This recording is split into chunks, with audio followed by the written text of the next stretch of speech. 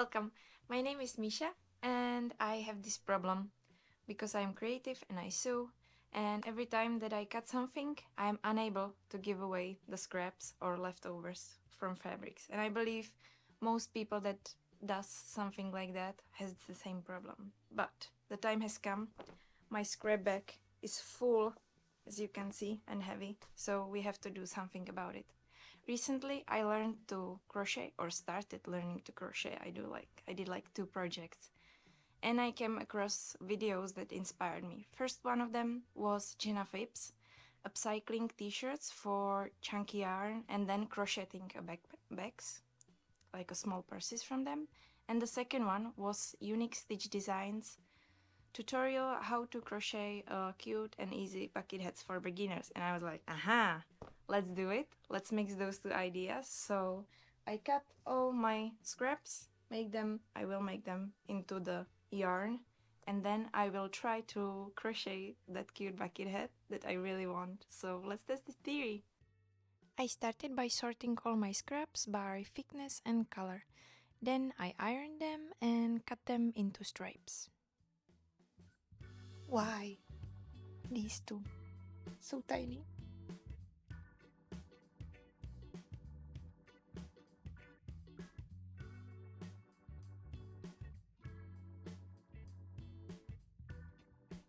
I want to show you the different finishes you'll get based on the direction you choose to cut, because raw edges of stretch fabrics rolls up or down. As you can see, the first one I cut diagonally, and as I stretch it, it comes back and doesn't roll upwards or downwards. The second one I cut lengthwise, so the raw edges roll underneath the right side and it shows off the pattern nicely. And the last one I cut crosswise, so the raw edges roll upwards as I pull on the fabric and it hides the pattern. So that's the thing that you should keep in mind when you work with fabrics with prints or color and you want to show it off. After I cut all my scraps into stripes, I pin them together and sew them on my machine.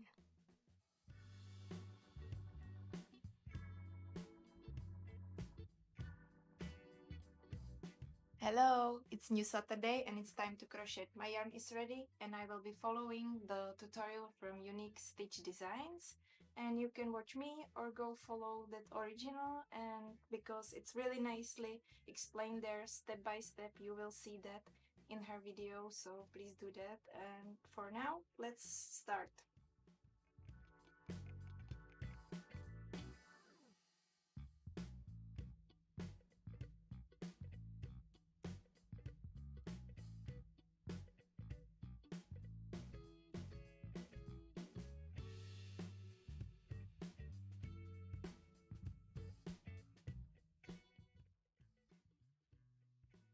So I finished round 5 and now I will be doing round 6. That would be 1 increase and then 4 single stitches. And also it will be my final round because I watched the video before I started, and she measured the top portion of the head and it's supposed to be 17 centimeters. So I measured mine and now I'm at 15 centimeters. So that would be exactly 1 centimeter from one side, total 17. And then I can start crocheting the sides. So no more increases, and I will be just adding like single stitch crochets around, and I will be building the side.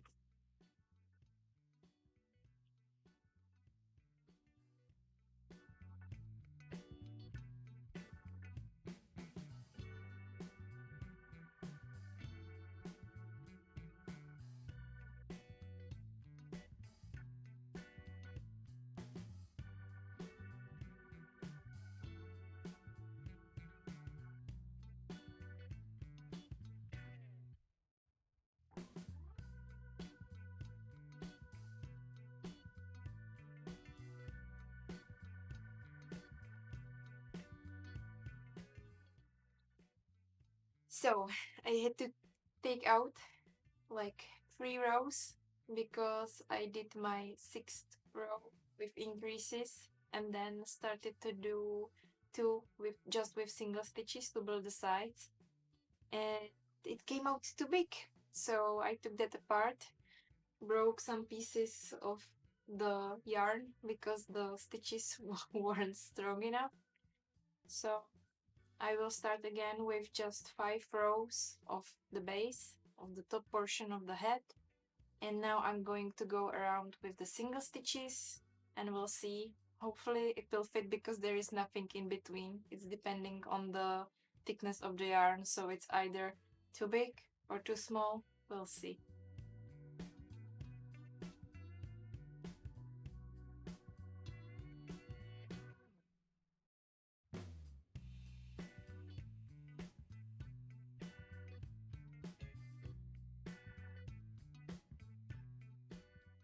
So I did 6 rounds of single crochet stitches, and now I watch the rest of the video, the tutorial that I'm following, and the next step is to do 1 row of single crochets, but only crocheting them through the front part of the loop that goes outside, and then 1 with added increases that goes increase, 3 single stitches, increase for the whole round. Then the next one is only single stitches, and the 4th of the brim is increase, 4 single stitches, increase, and that should be, I think that 4 rows would be maximum because I might run out of the yarn. We'll see. I try to do that. And also I will be moving to my bed because I'm tired of this couch. So see you in the bed. We'll be continuing.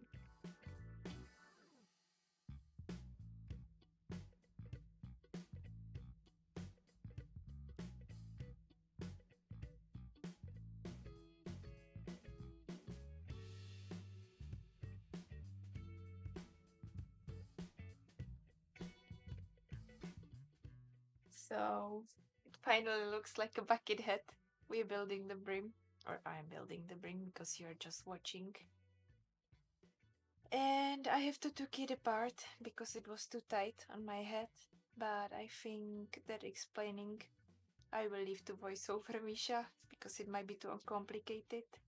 I was scared that I didn't have like enough of the yarn, so I was really tightening up the loops, and so that's why it was too tight. So I went back to the part that was most tight, and then I crochet them looser, and also I checked and added 2 increases in the side, so on both sides, so that way I got a bigger, more space for my head inside of the bucket hat. And now I'm building the brim. It looks uneven, but I hope when I will like finish it and steam it, it will sit nicely. We'll see about that. And I think I'm like 2 more rows, maybe row. We'll see how much it will last.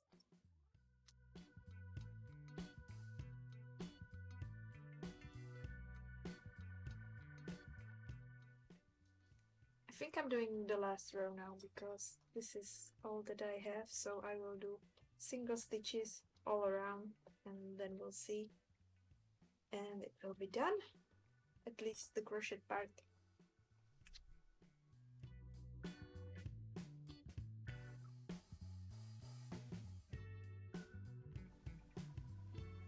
I'm finishing last six stitches and I will be done with the crochet portion. But I was thinking, and I think that I would like to go around the head and like finish all the bits and pieces that are sticking out, the parts that I connected, the different fabrics, to like go around the whole bucket head with a regular needle and thread and like make them nice and sewn in, and I done the last loop. Yay! It's done! Hooray!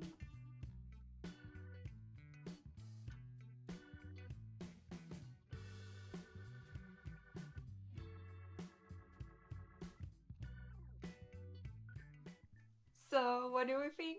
How do you like the bucket hat? How did you like the photos? It was so much fun doing it.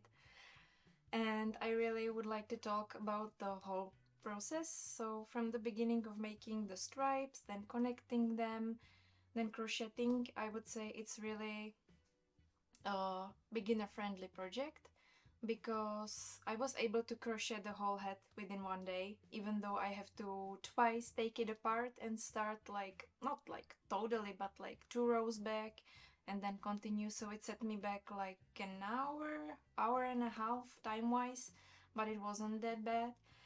And I really like the final product. What I wanted to show you, because I already started like weeks before, this was my first sample, and I cut the fabric too wide, so the sample is like too thick. So I would recommend really think about what kind of fabric are you choosing and how thin or thick you are cutting the stripes.